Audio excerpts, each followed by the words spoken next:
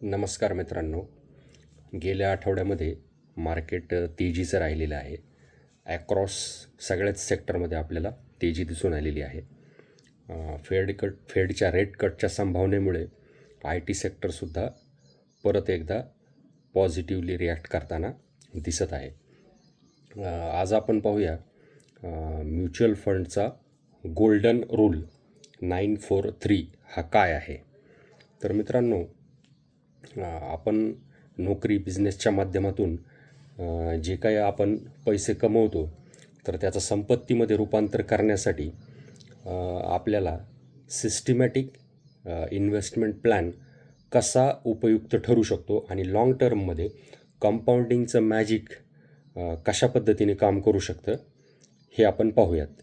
तर मित्रांनो, आपल्याला आपला सुरुवातीचा पहिला 1 करोडचा टप्पा पूर्ण करणं ही कुणासाठीही आयुष्यातील एक अतिशय महत्त्वपूर्ण घटना असते आणि प्रत्येकालाच ती इच्छा असते की ती लवकरात लवकर अचीव करावी. मात्र जे काही ट्रॅडिशनल पद्धती आहेत, FD असेल किंवा गव्हर्मेंट सिक्युरिटी असेल, तर यामधून ती पूर्ण होऊ शकत नाही.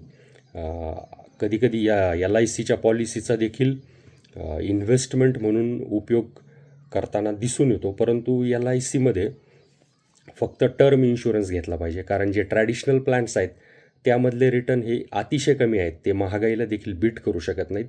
LIC म्हणजे फक्त त्याचा विचार आपण ॲज अ लाईफ इन्शुरन्स याच्यासाठी केला पाहिजे, म्हणजे आपल्या पुढच्या पिढीचं भविष्य सुरक्षित होण्यासाठीच फक्त केलं पाहिजे, म्हणून फक्त टर्म इन्शुरन्सच तिथं आपण घेतला पाहिजे. तर मित्रांनो, 943 हा काय रूल आहे. तर 9 वर्ष आपण 50,000 रुपयाची SIP जर केली तर 12% रेटने आपल्या आयुष्यातील पहिले 1 CR 1 करोड रुपये चा कॉर्पस आपण जमा करू शकतो म्युच्युअल फंडच्या माध्यमातून. त्यानंतर आपण ते कंटिन्यू ठेवलं आपली SIP आणि नंतरच्या 4 वर्षामध्ये म्हणजे 9+4 म्हणजे 13 वर्षामध्ये आपला हा कॉर्पस 2 कोटीचा होतो आणि 9+4 +3 वर्ष म्हणजे 16 वर्षामध्ये आपला हा कॉर्पस हा 3 कोटीचा होतो. तर मित्रांनो, हे आहे मॅजिक ऑफ कंपाऊंडिंग. परंतु मार्केटच्या अप्स अँड डाऊन्समध्ये मात्र आपल्याला त्यामध्ये इन्व्हेस्टेड राहायचं आहे. आपण पाहिलं 2000मध्ये .com बबल असेल, 2008मध्ये लेमन ब्रदर क्रायसिस असेल, 2020चा कोविडचा फॉल असेल.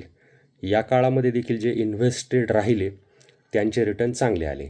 मात्र काही व्यक्तींचे SIPचे रिटर्न चांगले येत नाहीत. तर त्याचं कारण म्हणजे जेव्हा मार्केट घटतं तेव्हा म्युच्युअल फंडाचे रिटर्न निगेटिव्ह देखील येतात. तर अशा वेळेला ते पॅनिक सेलिंग करून निघून जातात आणि मार्केट वरच्या लेवलला आलं की आपले युनिट्स विकून ते रिडिम्शन करून घेतात. तर अशा पद्धतीने आपल्याला तो मॅजिक ऑफ कंपाऊंडिंग मिळू शकत नाही. त्यासाठी लाँग टर्ममध्ये इन्व्हेस्टेड राहायचं आहे आणि जेव्हा मार्केट पडेल तेव्हा आपल्याला रुपी कॉस्ट ॲव्हरेजिंगचा फायदा होण्यासाठी सतत इन्व्हेस्टेड राहायचं आहे आपल्याला. तर मित्रांनो, त्यानंतर स्टेपअप SIP याचा देखील खूप चांगला परिणाम आपल्याला दिसून येतो. जर आपण विचार केला 10 वर्ष आपण जर 10,000 रुपये जर आपण 20 वर्ष सतत SIP केली तर 12%च्या रेटने आपले पहिले 1 CR कॉर्पस तयार होतो. परंतु आपण हेच 10,000चे SIP प्रत्येक वर्षी जर 10% स्टेपअप केली तर हा टप्पा आपण 16 वर्षातच गाठू शकतो, म्हणजे 4 वर्ष आधी आपण 1 CRचा टप्पा हा गाठू शकतो. त्यानंतर आपण आज एका फंडाबद्दल माहिती पाहणार आहोत, ICICI prove value discovery fund. तर मित्रांनो, याचा AUM आहे 46,114 कोटी. NAV सध्या 432 रुपये आहे. याची लॉन्च डेट 16 ऑगस्ट 2004. आत्तापर्यंतचे याचे रिटर्न 20%च्या आसपास आहेत. म्हणजे आपण आत्तापर्यंत फक्त 12%चा विचार करत होतो आणि त्या रेटने आपण हे रिटर्न ॲझ्युम करत होतो. परंतु मित्रांनो, इतके चांगले रिटर्न वर्षानुवर्ष देणारे फंड देखील आहेत. तर या रेट ऑफ रिटर्नने तुम्ही विचार करा की तुमचं किती मोठं कॉर्पस होऊ शकतं. तर मित्रांनो 3 वर्षामध्ये या फंडाने 20%चा रिटर्न दिला आहे. 5 वर्षामध्ये मात्र याचे रिटर्न खूप जास्त आहेत, 32%च्या आसपास आहेत. आणि 10 वर्षामध्ये 14.8% याचे रिटर्न आहेत.